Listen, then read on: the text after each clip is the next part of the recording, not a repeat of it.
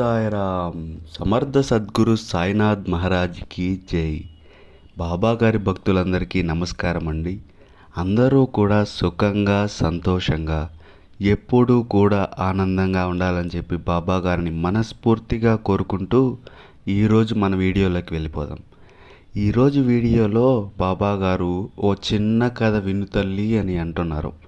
ఇలా విన్న సమయంలోనే ఒక పెద్ద శుభవార్త అనేది నీ చెవిన పడుతుంది తల్లి అని చెప్పి బాబా గారు మనకైతే చెప్తున్నారండి. మరి బాబా గారు ఎందుకు ఇలా చెప్తున్నారు, ఏమి శుభవార్త మన చెవిన పడబోతుంది అని చెప్తున్నారో మనం ఈ చిన్న కథ ద్వారా అయితే తెలుసుకుందాం.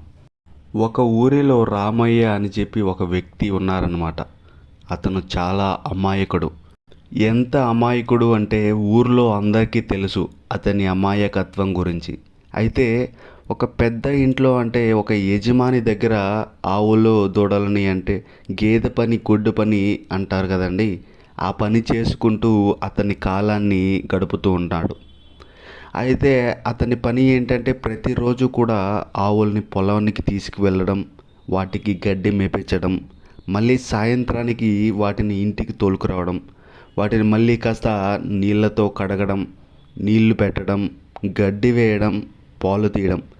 తీసిన పాలని ఇంటింటికి వెళ్ళి పోసి అతను సంపాదించిన దాంట్లో ఆ సంపాదనంతా తీసుకెళ్ళి యజమానికి ఇవ్వడం. ఈ పని అయితే అతను ప్రతిరోజు చేస్తూ ఉంటాడనమాట. అయితే ఒకరోజు ఏం చేస్తాడు అంటే అతను అట్లా నడుచుకుంటూ యజమాని ఇంటికి వెళ్ళబోతుంటాడు. వాళ్ళ ఇంటి దగ్గర నుంచి యజమాని ఇంటికి బయలుదేరాడు. దారిలో ఒక నలుగురు ఒక రచ్చబండ దగ్గర కూర్చొని ఉన్నారు. ఆ రచ్చబండ ఎలా ఉందంటే చూడడానికి మధ్యలో ఒక పెద్ద రావి చెట్టు, ఆ రావి చెట్టు చుట్టూ రౌండ్గా సిమెంటు రాళ్ళతో వేసిన ఒక పెద్ద కూర్చోవడానికి వీలుగా కట్టారనమాట. ఇప్పుడు నేను ఇలా చెప్తున్నా అంటే మీరు మైండ్లో ఒక ఆలోచన వస్తుంది కదా, అలా ఊహించుకోండి. చిన్నప్పుడు మనం పల్లెటూరులో చూసేవాళ్ళం. మన తాతయ్యలు, మన పెద్ద తాతయ్యలు వాళ్ళందరూ కూడా ఈ రావి చెట్టు కింద, మర్రి చెట్టు కింద ఇలా కూర్చొని సాయంత్రం అక్కడ కూర్చొని మాటలు చెప్పుకుంటూ ఉండేవాళ్ళు. అలాంటిదన్నమాట ఆ రావి చెట్టు. ఆ ఊర్లో గట్టు ఏమని పిలిచారంటే రచ్చబండ అని చెప్పి పిలిచేవారనమాట. శ్రీ సాయిబాబా అనుగ్రహంతో జ్యోతిష్యం చెప్పబడను. వశీకరణం స్పెషలిస్ట్ గురువు గారు సుబ్రహ్మణ్యం రాజు గారి కాంటాక్ట్ నెంబర్ 9908224144. ఈ గురువుగారు చెప్పింది చెప్పినట్టుగా జరుగుతుంది.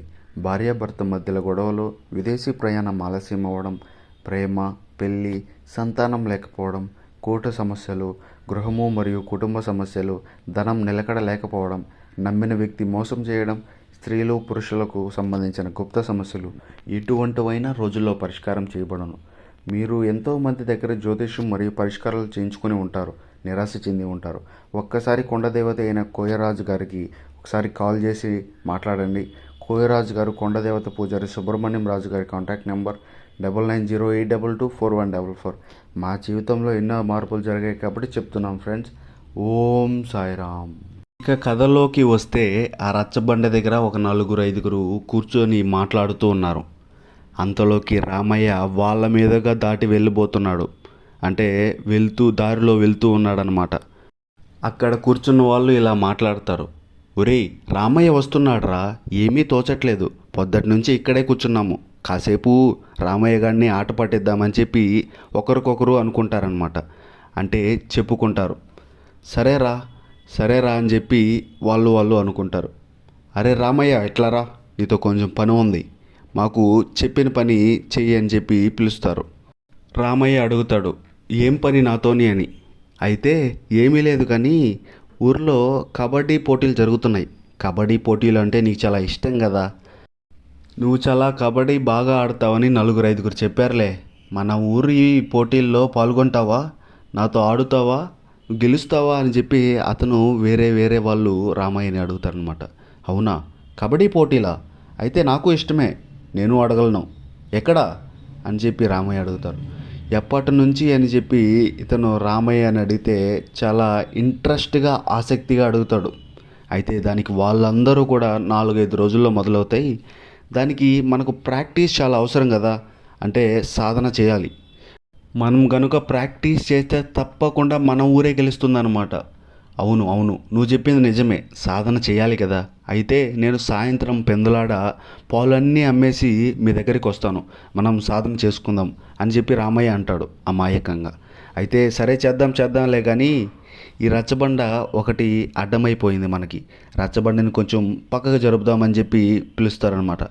ఏంటి ఊర్లో అందరూ నన్ను అమాయకుడు అని చెప్పి అంటున్నారు. మీరు కూడా మొదలెట్టారా నన్ను ఆట పట్టించడం?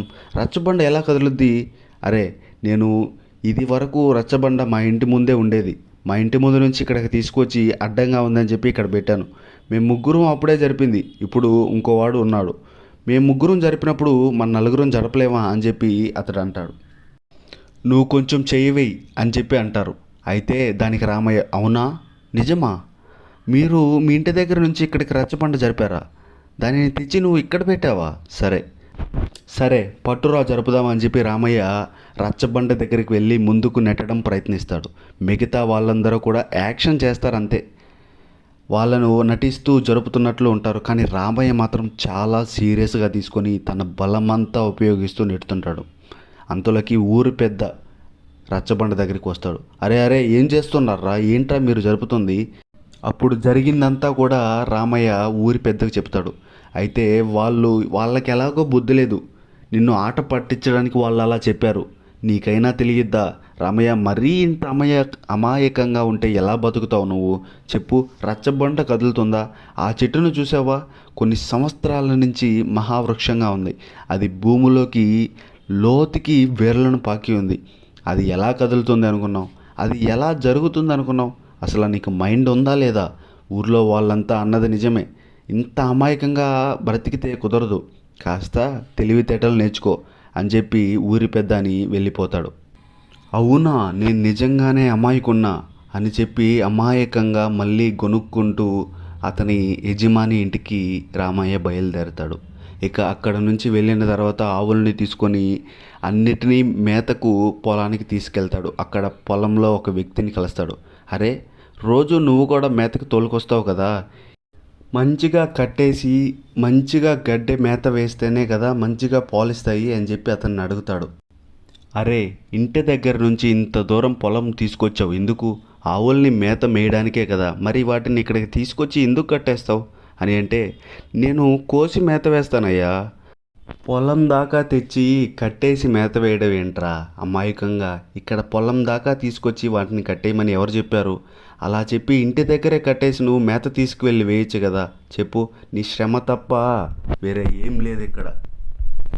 ఇలా అతని అమాయకత్వం చూసి అరుసుగా తీసుకొని అందరూ ఏడిపిస్తూ ఉంటారనమాట. అయితే ఒకరోజు అతను అడవిలో నుంచి నడుచుకుంటూ వెళ్తుంటాడు.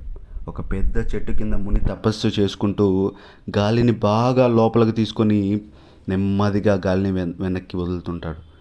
ఇతను ఇక్కడ కూర్చొని ఏదో చేస్తున్నాడు అని చెప్పి రామయ్య గమనిస్తూ ఉంటాడనమాట. కాసేపు గాలి లోపలికి తీసుకుంటాడు, మరి కాసేపు గాలి బయటికి వదులుతుంటాడు. ఇక్కడ అతను ఏం చేస్తున్నాడో రామయ్యకు అర్థం కాలేదు. మళ్ళీ మళ్ళీ బాగా పరీక్షించాడు. అతను అంటే తపస్సు నుంచి బయటికి వచ్చిన తర్వాత, స్వామి మీరు ఏం చేస్తున్నారు? కాసేపు ముక్కు మూసుకుంటారు, గాలి పీల్చుకుంటారు, మళ్ళీ వదిలేస్తుంటారు. దీనివల్ల మీకు ఏంటి ఫలితం? తర్వాత పైకి చూస్తావు, ఆకాశం వల్ల సంస్కరిస్తారు, మీకు ఏం కనిపించింది అని చెప్పి అమాయకంగా రామయ్య అతన్ని అడుగుతారు. దానికి ఆ ముని ఏం చెప్తాడంటే, నాయనా, అది గాలి పీల్చడం వదలడం కాదు, నేను ప్రాణాయామం చేస్తున్నాను, అంటే భగవంతుణ్ణి స్మరించుకుంటూ ప్రాణాయామం చేస్తున్నాను అన్నమాట. ఇక పైకి చూసి నమస్కరిస్తున్నాను అన్నావు కదా, దానికి అర్థం పైన భగవంతుణ్ణి చూసి నమస్కరిస్తున్నాను అని చెప్పాడనమాట. అవును, ఇలా గాలి పీల్చుకొని వదిలితే పైకి చూసి నమస్కరిస్తే భగవంతుడు కనిపిస్తాడా? ఇది నిజమా అని చెప్పి అతను అడుగుతుంటాడనమాట. నిజమే నాయనా, మనిషి మనసు పెట్టి నమ్మకంతో చేసి భగవంతుని చూడాలనుకుంటే తప్పకుండా వాళ్ళకి భగవంతుడు దర్శనమిస్తాడు అని చెప్తాడు. అవునా, అలా అయితే మనం కూడా భగవంతుణ్ణి పిలుద్దామని చెప్పి చెట్టు కింద కూర్చొని గాలిని బాగా లోపలికి తీసుకొని పీల్చుకొని వదులుతూ ఉంటాడు రామయ్య. గాలిని పైకి చూసి నమస్కరించుకుంటాడు. అయితే భగవంతుడు కనిపించడు, చాలాసార్లు చేస్తాడనమాట. అయినా కూడా భగవంతుడు కనిపించడు. అతనికి కోపం వచ్చి 2 ముక్కలను అంటే వేళ్ళతో 2 ముక్కలను క్లోజ్ చేసేస్తాడు.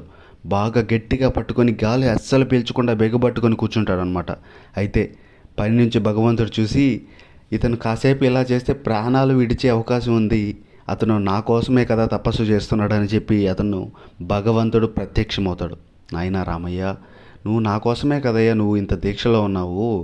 నీ దీక్షను విరమించుకో. నేను ప్రత్యక్షమయ్యాను. కళ్ళు తెరిచి ఒక్కసారి చూడు అని చెప్పి భగవంతుడు అడుగుతాడు. అతనికి మాటలు విని కళ్ళు తెరిచి చూసి సాక్షాత్తు భగవంతుడే అతని కళ్ళ ముందు ఉంటాడు. అతను ఆశ్చర్యపోతాడు. ఆశ్చర్యపోయి, నువ్వు భగవంతుడువా? నిజమా? నిన్ను ఎప్పుడు ఇంతవరకు చూడలేదే. నువ్వు భగవంతుడు అని నాకు సాక్ష్యం ఏంటి? అందరిలాగా నువ్వు నన్ను మోసం చేయట్లేదు కదా. అసలే అందరూ నన్ను అమాయకుడు అని అంటుంటారు. ఇక నుంచి నేను తెలివిగా ఉండాలి. నువ్వు భగవంతుడు అని రుజువు చేయడానికి ఆ స్వామీజీని వెళ్ళి పిలుచుకురా అంటాడు. ఎందుకంటే ఆయనకు నువ్వు 4-5 సార్లు కనిపించావంటలే, ఆయన నాకు చెప్పారు అని చెప్పి అంటాడు. నేను వెళ్ళి ఆ స్వామీజీని పిలుచుకొస్తాను. అప్పటి వరకు నువ్వు ఇక్కడే ఉండాలి అని చెప్పి రామయ్య అంటాడు. అయితే సరే నాయన, నేను ఎక్కడికి వెళ్ళను, ఇక్కడే ఉంటాను. రామయ్య పరిగెత్తుకుంటూ వెళ్ళి చెట్టు కింద తపస్సు చేస్తున్న ఋషి దగ్గరికి వెళ్తాడు. స్వామి, లేలే, భగవంతుడు కనిపించాడు. నాకు కూడా అతను భగవంతుడా కాదా అని చెప్పి అనుమానంగా ఉంది. రా, నువ్వు వచ్చి చూసి చెప్పు. నువ్వైతే 4-5 సార్లు చూసావు కదా, నువ్వు చూసి ఆయనే భగవంతుడా కాదా అని చెప్పి చెప్పు. నేను తర్వాతే నమ్ముతాను. నువ్వు రారా అంటే, నాయనా, ఎవరు నాయనా, ఇప్పుడు మళ్ళీ అక్కడి వరకు నేను రాలేను. సరే, నిన్ను ఎవరు మోసం చేస్తున్నట్లు ఉన్నారు, కానీ ఒక్కసారి నువ్వు తపస్సు చేస్తే భగవంతుడు ఏమీ ప్రత్యక్షం అవ్వాలే కానీ నన్ను వదిలిపెట్టే నాయనా అని అంటాడు. భగవంతుడు ఇలా అంటాడు, నువ్వు పిలిచినప్పుడల్లా నేను వస్తాను, కానీ నువ్వు నా దగ్గర ఏదైనా ఒక వరం కోరుకో అని చెప్పి అంటాడు. అంటే వరమా? ఏం కోరుకోవాలి? సరే, నేను మేపే ఆవులు ప్రస్తుతం ఇస్తున్న పాలు కంటే 10 రెట్లు ఎక్కువ పాలు ఇవ్వాలి అని చెప్పి వరం కోరుకుంటాడు ఆ రామ. ఆ రోజు సాయంత్రం ఆవుల దగ్గరికి వెళ్ళి పాలు పితుకుతూ ఉంటే మొత్తంగా 1000 లీటర్ల పైనే పాలు వచ్చేస్తాయి ఆ ఒక్క రోజులోనే. యజమాని అడుగుతాడు, అరే ఏం చేసావురా, ఇన్ని పాలు ఎలా వచ్చాయంటే, నాకు భగవంతుడు కనిపించాడయ్యా అడవిలో, అతన్ని ఒక వరం అడిగాను, ఇచ్చే పాలు కంటే ఒక 10 రెట్లు ఎక్కువ ఇవ్వమని. అరే నిన్నెవరో మోసం చేశారా, ఆవులకి ఏదో ముందు పెట్టుంటారు, నువ్వు పెట్టిన ఆవులకు నీళ్ళల్లో ఏదో తాపిచ్చి ఉంటావు, 2-3 రోజులకి ఇంకా చచ్చిపోతాయేమో, నాకు భయం వేస్తుందని చెప్పి యజమాని అంటాడు. ఈ కథ ద్వారా మనకు బాబాగారు ఏం చెప్పారంటే, ఏ కల్మషం లేకుండా పూర్తి మనసుతో 100కి 100% బాబాగారిని నమ్మి ఏదన్నా కోరుకుంటే తప్పకుండా తీరుస్తారని. ఈ మాటలు కనుక నీ మనసుకు తాకినట్లయితే సబ్స్క్రైబ్ తాకు తల్లి. సర్వే జన సుఖినో భవంతు. Om Sairam. Thank you for watching this video. Please subscribe.